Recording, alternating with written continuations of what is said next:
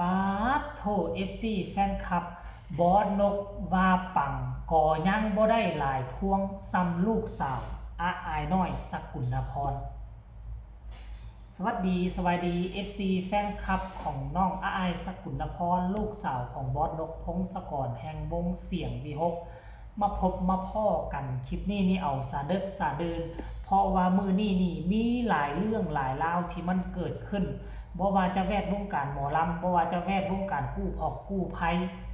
อยู่ทั้งฝั่งลาวนี่กำลังโด่งกำลังดัง7 คนติดถ้ำซวยออกมา2 คนนั่นต้องได้ยุติภารกิจนั่นหมายความว่าโอกาสที่2 คนนั่นจะอยู่รอดปลอดภัยนั่นเกือบเอิ้นว่าเป็นศูนย์และอีกเรื่องเล่าหนึ่งก็คือปิดฤดูกาลวงเสียงวีหกมื้อวานนี่มีทั้งแขกรับเชิญมีทั้งศิลปินอยู่ในวงเสียงวีหกพากันเนาะกะเกี่ยมมาลงมาไล่เพื่อจะเอาไปห้อยคอตนเองเพื่อจะเฮ็ดให้เป็นสิริมงคลเพื่อจะประดับบุญบารมีบอกว่าตนเองนั่นมีชื่อเสียงโด่งดังพอสำใดเป็นการวัดความดังวัดความมีชื่อเสียงกระตอนปิดกับเปิดฤดูกาลนี่แหละทานผู้ชม FC แฟนครับเห็นน้องที่ดาราเมื่อวานนี่ก็พอได้น้ำมูอยู่มีมาลัยพวงหนึ่งแล้วก็มาลัยเป็นซอดอกไม้รวมๆแล้วก็หลักหมื่นอยู่ทานผู้ชม FC แฟนคลับแล้วก็ศิลปินของเสียงวีหกมากหน้าหลายตาหลายคนได้มาลัยทะลุหลักแสนขึ้นหมดนกพงศกรเนาะก็ได้มาลัยหลักล้านนะถึงแม้ว่านกพงศกรจะได้มาลัยใหญ่มาลัยโตมาลัยหลายแต่ถ้าเอามาเทียบใส่กับของลูกสาวแล้วค่อยขอฟันธงเลยนับพวงมาลัยใส่กันบอสนกเสียให้ลูกสาวอาอายแน่นอนพวงมาลัยอาอายนี่โมเมนต์นี่เป็น10เป็น20พุ่นหมดทุกคนนี่นะถ้าเอามานับนี่บอสนกเสียแน่นอนบอสนกกับซิมีจักมาลัยล้าน1 พวงเนาะแล้วก็อีกมาลัยอย่างตึมบ่เกิน4 หน้า 5 พวงบ่บอสนกน่ะแต่ว่าบ่นับมูลค่าเงินนะไผสิหลายกว่าไผนะถ้านับมูลค่าเงินก็บอสนกพงศกรก็คงจะได้หลายกว่าอ้ายหั่นแหละแต่ว่านับพวงมาลัยไดนี่ของอ้ายพวกเจ้าเบิ่งเอาว่ามันน้อยมันหลายมันจักพวง1 2 3 4 5 6 7 8 9 10 11 12 13 14 15 16 17 18 19 20 21 22 23 24 25 26มีประมาณ24 26พวงมาลัยของบอสนกพงศกรนี่นับเป็นพวงนี่ก็สิประมาณบ่ฮอด10 พวงสำนะแต่ของลูกสาวอายป้าเกือบ30 กว่าพวงพันผู้ชม FC แฟนคลับหลังจากนั้น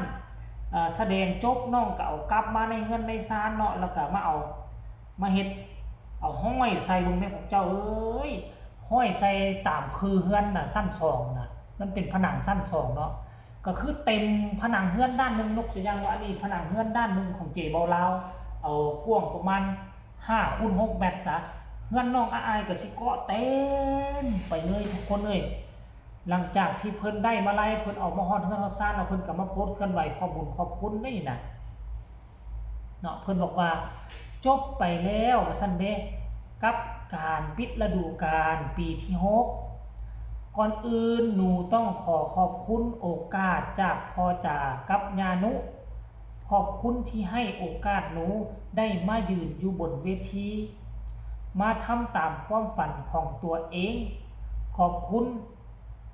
ที่คอยสอนคอยเตือนในสิ่งที่ถูกขอบคุณพ่อจ๋าที่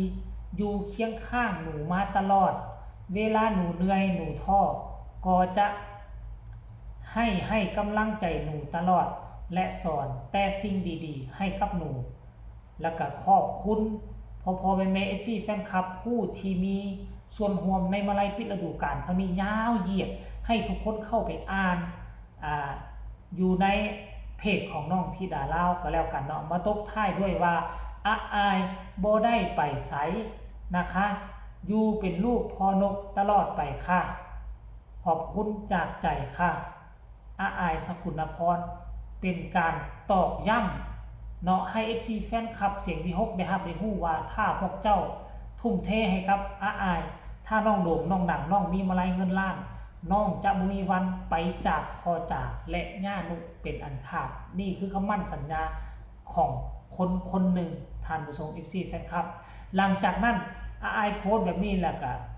FC แฟนคลับก็เข้ามาแสดงความคิดความเห็นดีอกดีใจกับลูกสาวอาอายสกุลพรที่ได้มาไล่หลายเติบเนาะตามที่ค่อยเบิ่งแล้วมาไล่ทั้งหมดน่าจะหลักหมื่นยังบ่ทันทะลุหลักแสนเทื่อเนาะคัน FC แฟนคลับอาอายผู้ใดฮู้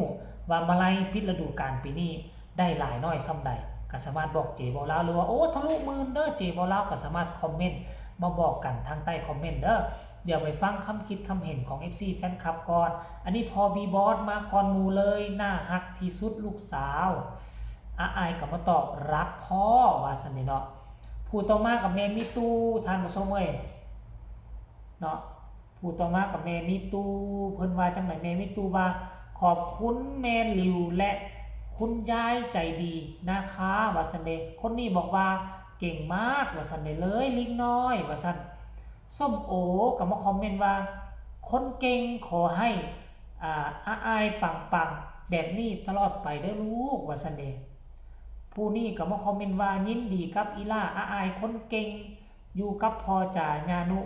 คือที่สุดแล้วลูกว่าซั่นมันสิไปใส่อาอายน่ะบ่มีทางที่อาอายจะหนีไปใส่เนาะคนนี้บอกว่าขอชื่นชมครับว่าซั่นผู้ต่อมาก็บอกว่าฮักลูกจ้ะว่าซั่นเด้อยู่เฝ้าคอยดู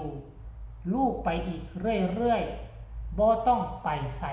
นะว่าซั่นนี่โอ้ยไผเนาะสิย้านอาอายหนีไปใส่เนาะฮักสุดๆจ้าคนสวยของยาแอนว่าซั่นนี่ผู้ต่อมาก็บอกว่าเก่งมากยินดีกับอีล่าน้อยนำเด้อว่าซั่นนี่ผู้ต่อมาก็มาคอมเมนต์ว่าดีใจด้วยจ้าลูกปลื้มใจนำหน้าฮักหลายว่าซั่นเด้ว้าวว่าซั่นลุงโต้งตัวนี้ยินดีด้วยนะครับหลานสาวปังปุริเยมากว่าซั่นเด้ผู้ต่อมาก็บอกว่ายินดีและดีใจด้วยนะลูกสาวเห็นแล้วปลื้มใจแทนจนน้ำตาไหลเลยขอให้ปังๆแบบนี้ตลอดไปรักนะจ๊ะคนดีของพ่อจ๋าเนาะเอาอีกคอมเมนต์หนึ่งซะคนนี้บอกว่าน่าฮักที่สุดเลยอาอายว่าเสน่ห์เอาสำหรับคำคิดคำเห็นและการเคลื่อนไหวปิดฤดูกาลเนาะกลัวจะปิดฤดูกาลก็ใช้เวลาหลายเดือนเนาะเดือนนึงก็มีหลายงานอาอายสกุลพรก็อดทนสู้ซนจนฮอดมื้อสุดท้ายของปิดฤดูกาลเนาะพ่อแม่ก็บ่เฮ็ดให้อาอายผิดหวังบ่เฮ็ดให้ลูกสาวอาอายน่าลามีมาลัยเต็มคอมีเกือบฮอด30พวงหลายกว่าของคนอื่นด้วยซ้ำไปของคนอื่นเงินหลายอยู่มาลัยมูลค่าหลายแต่ว่าพวงมันน้อยสู้อาอายบ่ได้ดอกสำหรับคลิปนี้ฝากเอาไว้ก่อนนอนหลับฝันดีท่านผู้ชม FC แฟนคลับสบายดี